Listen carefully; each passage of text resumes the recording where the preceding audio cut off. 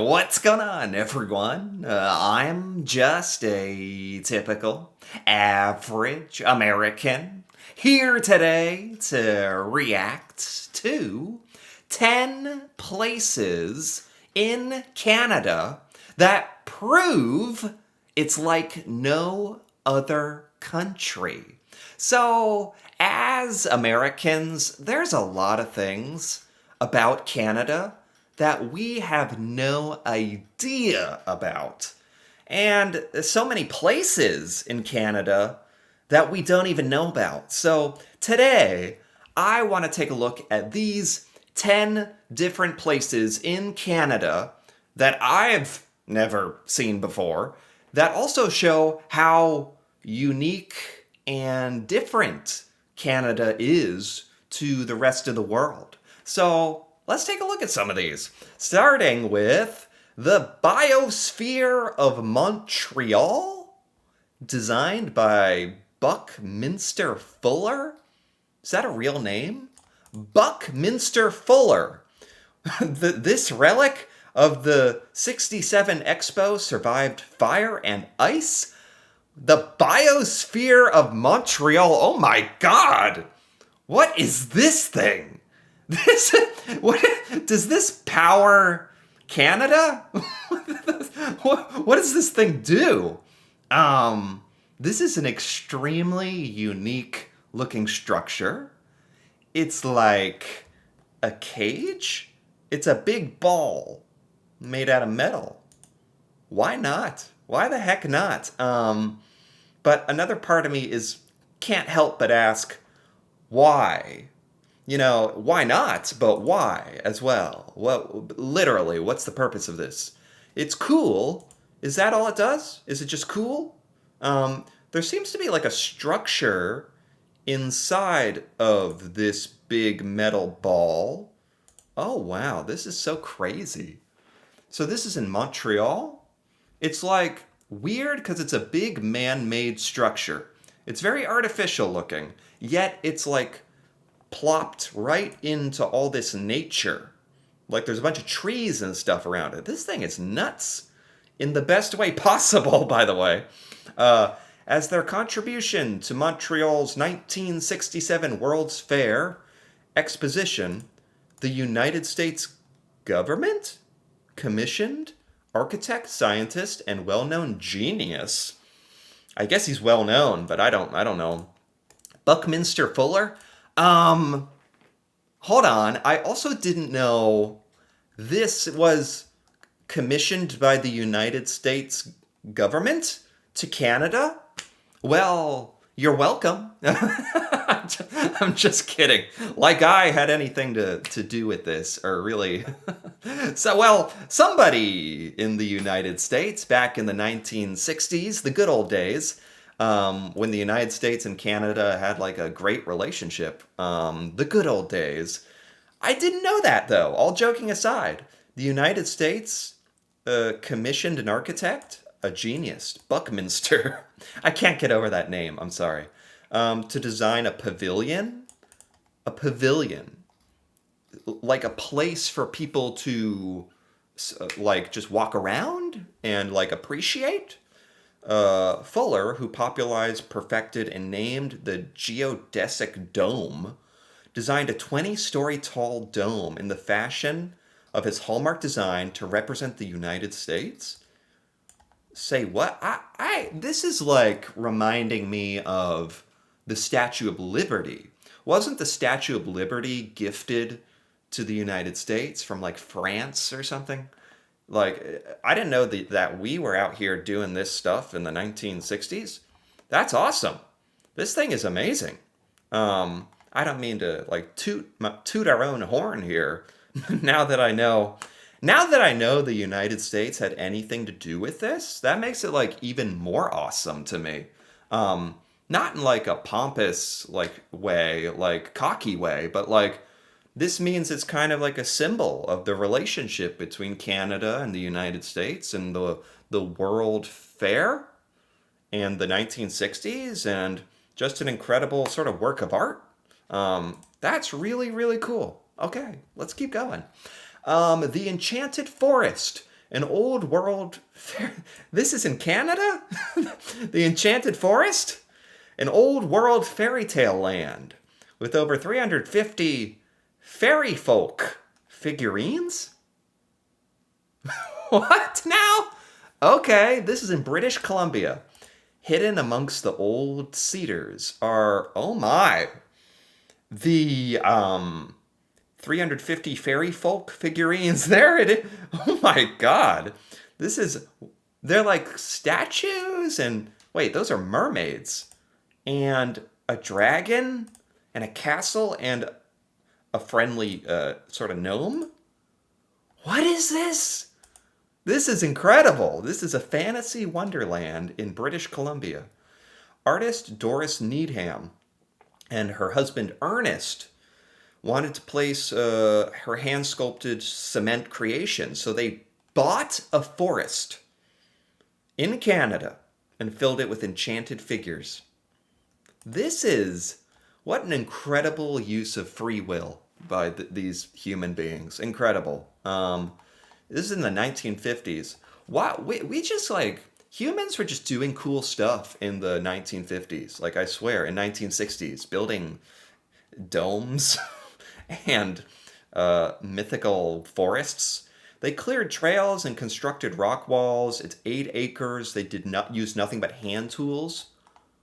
So is this open to the public now? There's just an enchanted forest in Canada. Literally, the enchanted. Okay, oh my god. Canada really is like no other country. I didn't even realize. The Notre Dame Basilica? Notre Dame Basilica. Wait a minute. Where? Montreal? Because I've heard of the Notre Dame. The Hunchback of Notre Dame. That's a like Disney movie or something. Grand Gothic Revival Basilica with stained glass depictions of Montreal's religious history and has one soul resting in the crypt. The Notre Dame is in Montreal in Canada? How did I never know that? I feel really stupid for that. Because this is a very, very famous cathedral. I know the name. There's like an American college, Notre Dame, named after it. God, for the life of me, I didn't know this was in Montreal. It's anything but ordinary. Credit for its splendor goes to the only person buried in it. The man who built it is the only person buried in this thing. Look at this thing. Incredible what human beings are capable of. Especially back in the day when we had nothing to do. We didn't have time. No, it wasn't that we didn't have time. We had all the time in the world. We weren't distracted with things like watching random Americans on YouTube. We were building cathedrals. That's what we were doing. Holy cow. In the 1980s. Very cool. I mean, that's an understatement. That's incredible. Let's keep going. Van Dusen Gardens Elizabethan Hedge Maze. There's a tongue twister if you want to get good at speaking quickly. Van Dusen Gardens Elizabethan Hedge Maze. Say that 7 times in a row. But it's a hedge maze. It's only one of 6 in North America. Look at this. This is a fantastic. These actually exist. I've never actually seen a legitimate hedge maze. And it's actually tall. Like, you can't just peek over it. And this isn't a corn maze. I've seen plenty of corn mazes. That's kind of cheating. This is way harder. This is an actual hedge maze in Vancouver. Ha! That's fantastic. Habitat 67 in Quebec. It's a 1960s. We were onto some weird stuff in the 1960s. It's an experiment in modular architecture designed to be a model for new urban living. My God. Oh my God. This is an experiment. This is humans. You get the Notre Dame, and then you progress all the way to this thing, whatever this is. Do people live in this? There's a strange building on the waterfront that'll catch your eye. There's a lot of cool stuff in Montreal. This is like the third thing. Interesting, to say the least. It's like a work of art, but it's apartments. Do people? I hope people actually like live in this thing because that's real. It's really weird. How do you like? Are there elevators? How do you like get in and out? Am I thinking too much about this? Is it worth the beauty, the art, if you have to walk through your neighbor's window to get in and out? I don't know. The sewers of Toronto. This this is like a part of the 10 amazing places in Canada list. The sewers? A well preserved network of cavernous tunnels have spent silent centuries removing Toronto's waste. Do Am I not understanding something correct? Do people go down here? This is sewer. This is where your poop goes, for a lack of a better way to say it. Is this something people marvel at? Also, this is supposed to be things about Canada, places in Canada that prove it's not like anywhere else in the world. I feel like everything has done that so far. And now we got crappy literal sewers.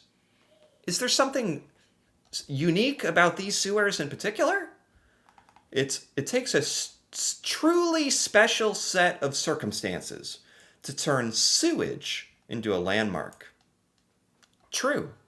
Or appropriately, to turn the path it takes to sewage heaven into a landmark. Sewage heaven. That'd be a good band name. Or like an album name. Sewage heaven. Large cities have elaborate sewer networks by necessity. Old cities have large cavernous sewers that are stuff of legends. Okay. How are we going from like this, like the biosphere, like literal works of art, like the Notre Dame, to sewers? I don't know how we got here. Let's keep going. The Monkey's Paw. It's in Toronto as well. A book collector's dream. It's a Toronto bookstore. Has the world's first bibliomat. What is a bibliomat? This is a random book vending machine? No kidding. This is a book vending machine. And not just that, but it gives you a random book? Huh. That's very cool. So this is like a ye old bookstore, the Monkey's Paw. Good name. In Toronto. Can you actually use this machine? And you get a random book? It's like nowadays, like in video games, you get random loot boxes and that give you random gun skins, and if you know what I'm talking about. But in the good old days, you got books. That's pretty cool, actually. This is like very, very specific in Toronto. Okay. This is in British Columbia. It's called the Free Spirit Spheres. Sleep snuggled in a sphere. Okay. It's suspended atop the forest canopy of Vancouver Island. This is in Vancouver Island. What the heck? What on earth is this? They're spheres dangling. This is like if humans built nests like birds, I guess. If you want to return to a real naturalistic way of life, this is like another planet or something. You can sleep in this weird sphere dangling above the forest floor. What the heck? It's very cool. I like things that are trying to be different. It's trying to be out there and weird. That's good. This is definitely unlike anything I've seen. Is it cozy? The inside actually looks pretty cozy. This is a lot bigger than I think it is. I think these spheres are massive. It's hard to tell. It's somewhere in the middle of the forest on Vancouver Island. Large wooden orbs suspended by the trees. Oh my God. Pretty cool. Othello Tunnels. This is also in British Columbia. Railways may have forged this quintet of lovely tunnels that are now open to hikers. Cool! Big old tunnels. Um, is there something that makes these unique? Because I think other parts of the world have tunnels. These were forged by railroads somehow. Wow. These are different. It's like, oh wow, these are unique. Yes, indeed. It's like they look natural, but not. It looks natural, but it's clearly not natural. These holes in in the caves, and wow, that's awesome that they opened this up to people to hike through and walk through, and that's perfect. Driving through solid rock, these lovely Canadian tunnels are remnants of a train system you can walk through. That's cool. Maybe a little scary at night too. Allen Gardens Conservatory. This is also in Toronto. The Victorian era greenhouse, stuffed with tropical plants, open all year. Whoa! I'm pretty simple. I don't usually get into like greenhouses and flowers, and I'm a pretty simple guy. But even I can appreciate this is beautiful. Oh, are there turtles? Oh, okay, never mind. Sign me up. Turtles, cacti, multiple cacti. It's a greenhouse? It's a conservatory. Is that different? It's greenhouses are home to orchids, bromeliads, cactus, succulents beneath a glass dome. Pretty cool. Is this like a famous conservatory in Toronto? The first picture, yeah, this giant bird with made out of flowers, peacock, I think. That's amazing. Are there other works of art in here made out of flowers? That's really cool. This is like half flowers, half art, I think, which is very unique. This was all very unique. Okay. I get it. I see ya, Canada. There's a lot of places in Canada that are extremely unique. Like I said, I'd never heard of any of these places before, and I feel like as Americans, we're just really missing out on not even bothering to know these places. So yeah, I just wanted to take a look at some of this stuff, and I wasn't disappointed. This is amazing. Really cool places I didn't know about in Canada. Most of these, I don't think you really find stuff like this anywhere else in the world. So very cool. Anyway, if you enjoyed this, feel free to give this video a like or leave a comment with your thoughts on any of these 10 unique places in Canada, especially if you are Canadian and if you've ever been to any of these places.